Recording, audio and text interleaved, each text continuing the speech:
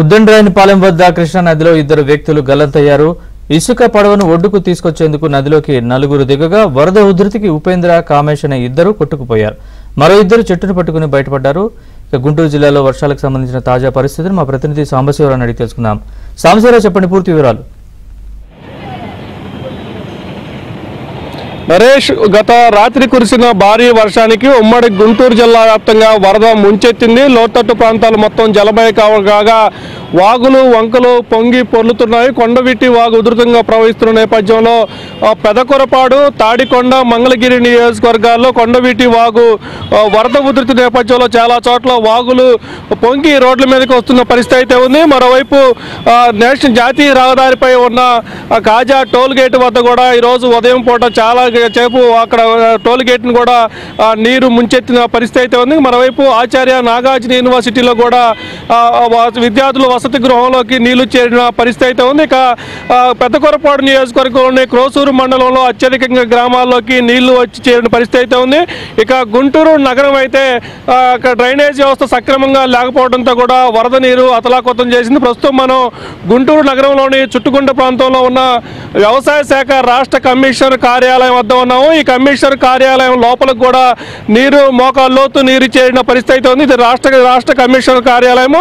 పక్కనే రైతు బజార్ ఉంటుంది, మరో పక్క అన్నా క్యాంటీన్ ఉంటుంది. అయితే నగరపాలక సంస్థ చేపడుతున్న డ్రైనేజ్ పనులు సక్రమంగా పూర్తి చేయకపోవడంతో కూడా డ్రైనేజ్ వాటర్ మొత్తం కూడా ఇక్కడ లోపలికి కార్యాలయాల్లోకి చేరుతున్న పరిస్థితి అయితే ఉంది. గత రాత్రి కురిసిన వర్షానికి ఇదంతా ఈ వరద ఇంతగా చేరింది. ప్రస్తుతం ఇప్పుడు మరి కొద్దిసేపటి క్రితం నుంచి మళ్ళీ వర్షం ప్రారంభమైన నేపథ్యంలో ఈ రోజు రాత్రి కూడా గత రాత్రి మాదిరిగానే వర్షం కనుక భారీ స్థాయిలో పడితే ఊహించని విధంగా కూడా వరద గుంటూరు జిల్లాని ముంచెత్తే ప్రమాదం అయితే ఉంది. ఇప్పటికే నాగార్జున సాగర్ నుంచి ఇన్ఫ్లో ఎక్కువగా రావడంతో కూడా పులిచింతల ప్రాజెక్టుకు లక్షలాదిగా క్యూసెక్కుల వరద నీరు వస్తుంది. పులిచింతల ప్రాజెక్టు నుంచి 3,30,000 క్యూసెక్కుల వరద నీరు దిగువకు వస్తున్న నేపథ్యంలో కృష్ణా నది అంటూ ఉన్న గ్రామాలు మొత్తం కూడా ప్రజల భయభ్రాంతులకు గురవుతున్న పరిస్థితి అవుతుంది. ఇప్పటికీ ఉమ్మడి గుంటూరు జిల్లా వ్యాప్తంగా ముగ్గురు గల్లంతైన పరిస్థితి అయితే ఉంది. ఒక ఉద్దండరాయనిపాలెం వద్ద ఇద్దరు వ్యక్తులు గల్లంతవగా వారి కోసం గాలింపు చర్యలు అయితే కొనసాగుతున్నాయి. మరోవైపు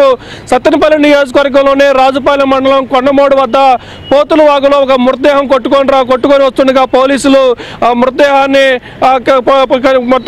పట్టుకున్న పరిస్థితి అయితే ఉంది. మొత్తంగా ఇప్పటి వరకు ఉమ్మడి గుంటూరు జిల్లా వ్యాప్తంగా ముగ్గురు చనిపోగా పూర్తి స్థాయి పెద్ద ఎత్తున ఆస్తి నష్టం అయితే సంభవించినట్టు కూడా చెప్పుకోవచ్చు.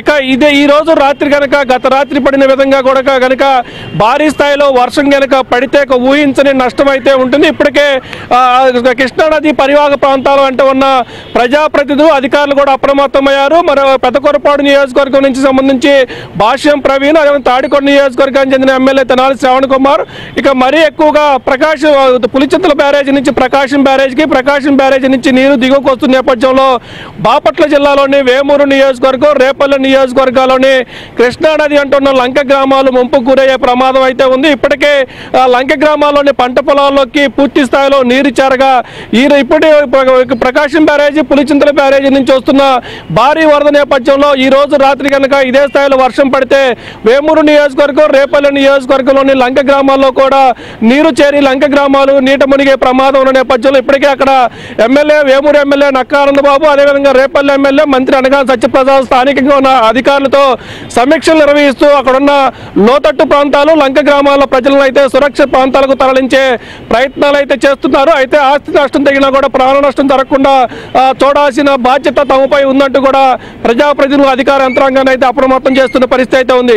ఇక గుంటూరు నగరంలో అయితే శంకరవిలాస్ బ్రిడ్జి నిర్మాణ పనులు ప్రారంభమైన నేపథ్యంలో 1 టౌన్ 2 టౌన్కి వెళ్లే మార్గం ఒక కంకరగుంట గేట్ ఒకటే ఉన్న నేపథ్యంలో ఆర్యూబీల కింద వరద నీరు అధికంగా రావటం, కంకరగుంట ఆర్యూబీలో వరద నీరు చేరటం, మరోవైపు 3 వంతెనల కింద వరద నీరు అధికంగా ఉన్న నేపథ్యంలో గంటల తరబడి గుంటూరు నగరంలో ట్రాఫిక్ నిలిచిపోయిన నేపథ్యంలో నగర ప్రజలు తీవ్ర నరకయాతన అనుభవిస్తున్న పరిస్థితి అయితే ఉంది.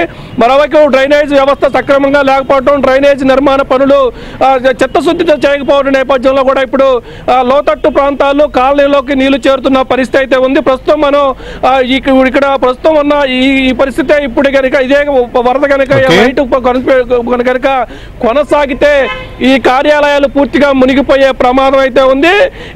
ఇప్పుడు గత రాత్రి జరిగిన వర్షం నేపథ్యంలో అప్రమత్తమైన అధికారులు ఈ రోజు రాత్రికి పూర్తి స్థాయిలో అప్రమత్తంగా ఉండాలని జిల్లా అధికారులు అయితే స్థానికంగా అధికార యంత్రాంగాన్ని అయితే అప్రమత్తం చేసిన పరిస్థితి అయితే ఉంది. Naresh, right Sambasivarao, thanks for the update.